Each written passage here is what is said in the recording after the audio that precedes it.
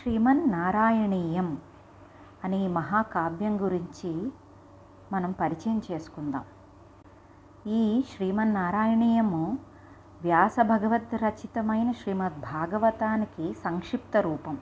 అనగా వ్యాస భాగవతం 18,000 శ్లోకాలు ఉన్నాయి, కానీ దీన్ని సంక్షిప్తంగా 1036 శ్లోకాల్లో రచించారు.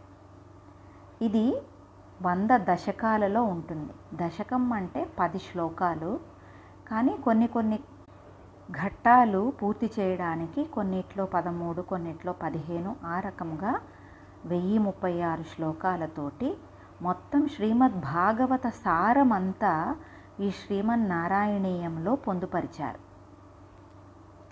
ఈ స్తవ కావ్యం యావత్ భారతమునంతటిని అరిష్ట నివారణమునకు ఇహపర సుఖ ప్రాప్తికిని ఆస్తికులు పారాయణం చేస్తూ ఉత్తమ స్తవ రచనగా ప్రచారంలో ఉన్నది.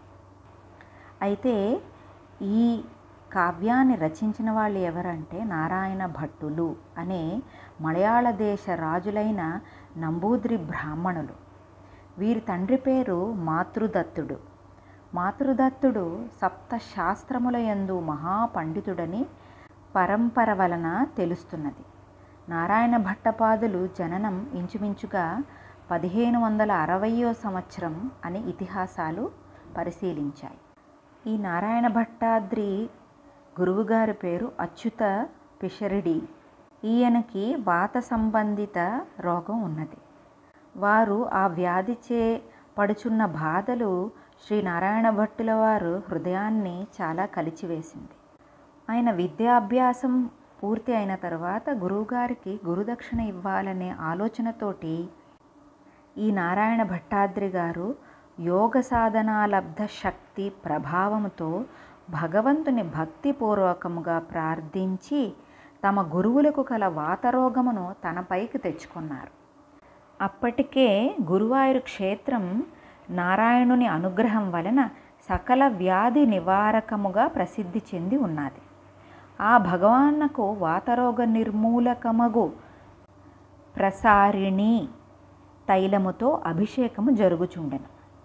గురుదక్షిణగా తీసుకున్న వాతరోగం అతను భరించలేని స్థితికి వెళ్ళేటప్పటికీ ఆయన విద్య నేర్పిన గురువుగారే చేపతో మందు ఉంది, చేపతో మందు మొదలుపెట్టు అని చెప్పారట.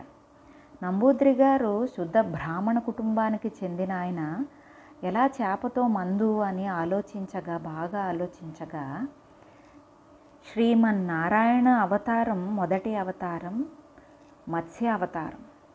ఆ రకంగా శ్రీమద్ భాగవతాన్ని ఆయన సంపుటీకరణ చేసి సంక్షిప్త రూపములో శ్రీమన్నారాయణీయం అనే కావ్యాన్ని రచించాలి అనుకున్నారు. ఆ రకంగా శ్రీ గురువాయూరు క్షేత్రము వెళ్ళి గురువాయూరప్పన దగ్గర ఎదురుకుండా నిలబడి ఆయన 18,000 శ్లోకాలైన వ్యాస భాగవతాన్ని 1036 శ్లోకాలలో రచించారు. ఈ రకంగా స్వామి ఎదురుగా నిలబడి ఆయన రచిస్తున్నంతసేపు స్వామి తల ఆడిస్తూ అవును అవును అని చెబుతూ విన్నారట. త్రేతాయుగంలో రామావతారము ఉండగానే వాల్మీకి మహర్షి రామాయణం అంతా రచించి లవకుశలతోటి పాడించినప్పుడు రాముడు తన కావ్యాన్ని తాను తన పిల్లల నోటితోటి 21 సార్లు విన్నారట. కానీ ద్వాపర యుగములో జరిగిన కృష్ణావతారం గురించి కృష్ణుని దగ్గర ఎవ్వరూ చెప్పలేదు అనే చిన్న బాధ అయితే ఆ కృష్ణ పరమాత్మకి ఉండేదట. ఆ లోటు తీర్చడం కోసం ఈ కలికాలంలో శ్రీ నారాయణ భట్టాద్రి నంబూద్రి గారి వలన శ్రీకృష్ణ పరమాత్ముడి లోటు నెరవేరింది.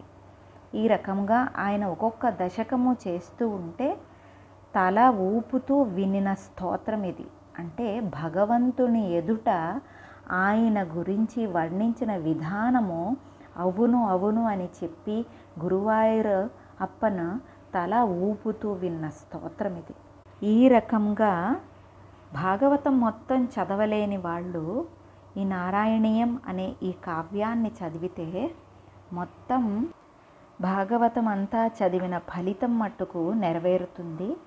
అలాగే శరీర రుగ్మతలన్నీ పోతాయి. అలాగే ఇహపరసుఖ ప్రాప్తి కూడా వస్తుంది అని చెప్పి ఐహిత్యం.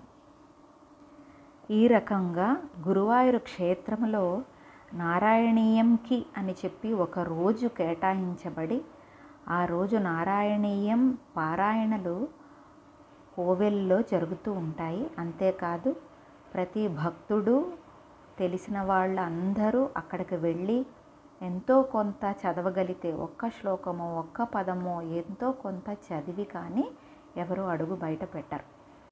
ఈ కావ్యం ఒక్కొక్క దశకం ఒక్కొక్క రాగంతో ఉంటుంది. ఎంతో రాగయుక్తమైన ఈ శ్రీమన్నారాయణీయాన్ని ఆ గురువాయూరప్పనికి పాదార్పణం చేస్తూ ఆరంభిస్తున్నాను. సదా సర్వత్ర గోవిందనామ సంకీర్తనం. గోవింద గోవింద. సద్గురునాథ్ మహారాజుకి జై. శ్రీమద్ భాగవతంలో 12 స్కందాలు ఉన్నట్టుగా ఈ శ్రీమన్నారాయణీయాన్ని కూడా 12 స్కందాల కింద విభజించారు.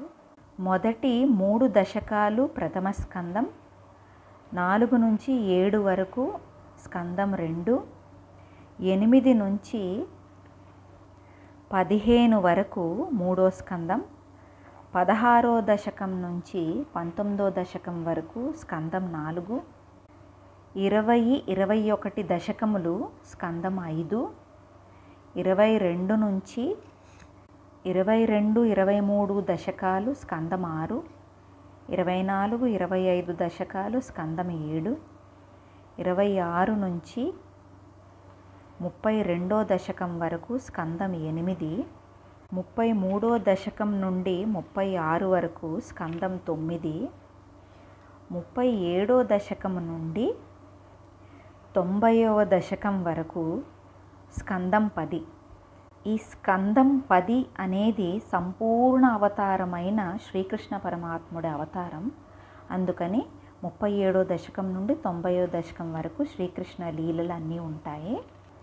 91 నుంచి 97వ దశకం వరకు స్కందం 11, 98, 99, 100 అనే ఈ 3 దశకాలు స్కందం 12.